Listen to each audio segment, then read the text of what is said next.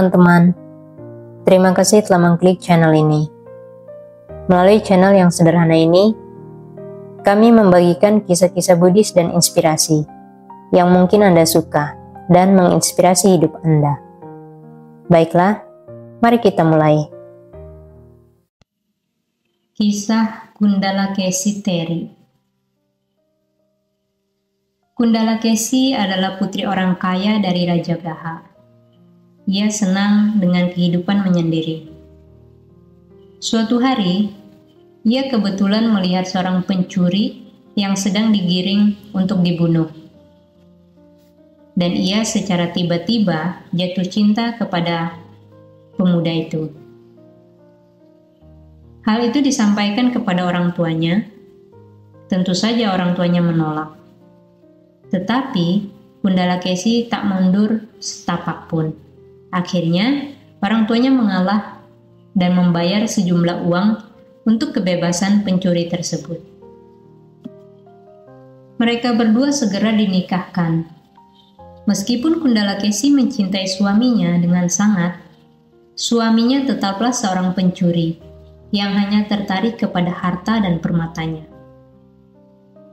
Suatu hari, suaminya membujuknya untuk pergi ke suatu tempat dengan tujuan untuk mengambil semua permatanya dan menuntun Kundalakesi pergi ke sebuah gunung. Suaminya tersebut berkata, "Wahai istriku, aku ingin melakukan persembahan kepada makhluk halus, penjaga gunung yang telah menolong hidupku ketika akan dibunuh." Kundalakesi menurut dan pergi mengikuti suaminya. Ketika mereka sampai di tujuan, suaminya berkata, "Sekarang kita berdua telah sampai di tujuan, maka engkau akan kubunuh untuk mendapatkan semua permatamu itu." Dengan ketakutan, Kundalakesi memohon, "Jangan, jangan kau bunuh. Ambillah semua hartaku, tetapi selamatkanlah nyawaku." Dijawab oleh suaminya, "Membiarkanmu hidup? Jangan-jangan nanti engkau malah melaporkan bahwa permatamu itu kurang pas. Tidak bisa. Kau harus kulenyapkan untuk menghilangkan saksi." Dalam keputusannya, Kundalakesi menyadari bahwa mereka sekarang sedang berada di tepi jurang. Ia berpikir bahwa ia seharusnya berhati-hati dan cerdik. Jika ia mendorong suaminya ke jurang, mungkin merupakan suatu kesempatan untuk dapat hidup lebih lama lagi.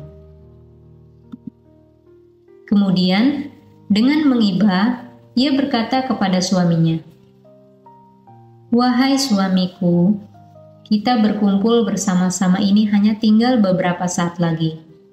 Bagaimanapun juga, engkau adalah suamiku dan orang yang sangat kucintai. Maka, izinkanlah aku memberikan penghormatan kepadamu untuk yang terakhir kalinya. Hanya itu saja permintaan terakhirku. Mohon kabulkanlah permintaan terakhir istrimu ini." Setelah berkata seperti itu, Kundalakesi mengitari laki-laki itu dengan penuh hormat sampai 3 kali. Pada kali terakhir, ketika ia tepat sedang berada di belakang suaminya, dengan sepenuh kekuatannya, ia mendorong suaminya ke jurang, dan suaminya itu pun jatuh ke tebing batu yang terjal. Setelah kejadian itu, ia tidak berkeinginan lagi untuk kembali ke rumah. Ia meninggalkan semua permata-permatanya dengan menggantungkannya di sebuah pohon, dan pergi tanpa tahu kemana ia akan pergi. Secara kebetulan, ia sampai di tempat para pertapa pengembara wanita, dan ia sendiri menjadi seorang pertapa pengembara wanita. Para pengembara wanita lalu mengajarinya 1000 problem pandangan menyesatkan. Dengan kepandaiannya, ia menguasai apa yang diajarkan mereka dalam waktu singkat. Kemudian, gurunya berkata kepadanya untuk pergi berkelana, dan jika ia menemukan seseorang yang dapat menjawab semua pertanyaannya, jadilah muridnya. Kundalakesi berkelana ke seluruh Jambudipa, menantang siapa saja untuk berdebat dengannya. Oleh karena itu, ia dikenal sebagai Jabuka Paribajika.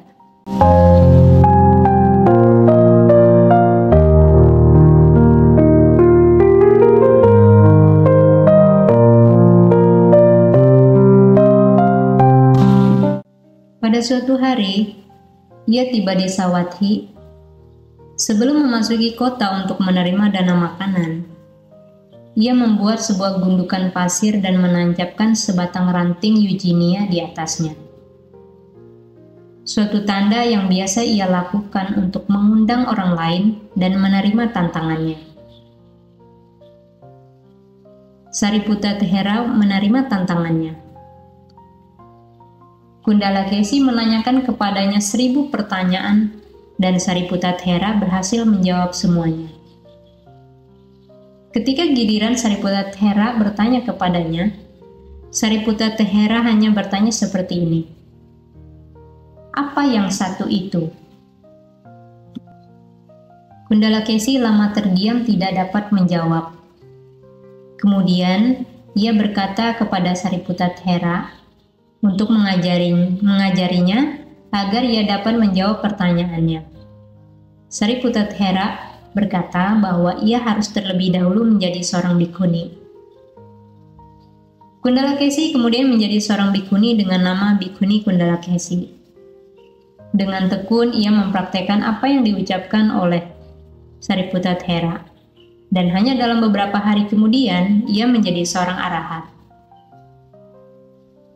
Tak lama setelah kejadian tersebut, para bikhu bertanya kepada Sang Buddha, apakah masuk akal Bhikkhuni Kundalakesi menjadi seorang arahat setelah hanya sedikit mendengarkan Dhamma?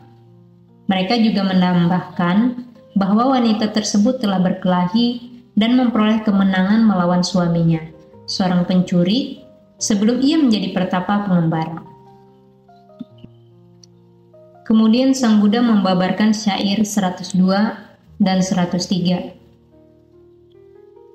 Daripada 1000 bait syair yang tak bermanfaat, adalah lebih baik satu kata Dhamma yang dapat memberi kedamaian kepada pendengarnya. Walaupun seseorang dapat menaklukkan ribuan musuh dalam ribuan kali pertempuran, namun sesungguhnya penakluk terbesar adalah orang yang dapat menaklukkan dirinya sendiri.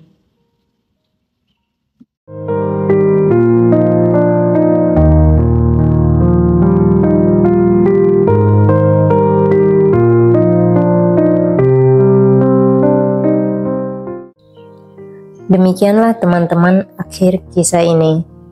Semoga kisah ini memberikan inspirasi bagi Anda. Selamat menjalani hari ini. Tetaplah kuat.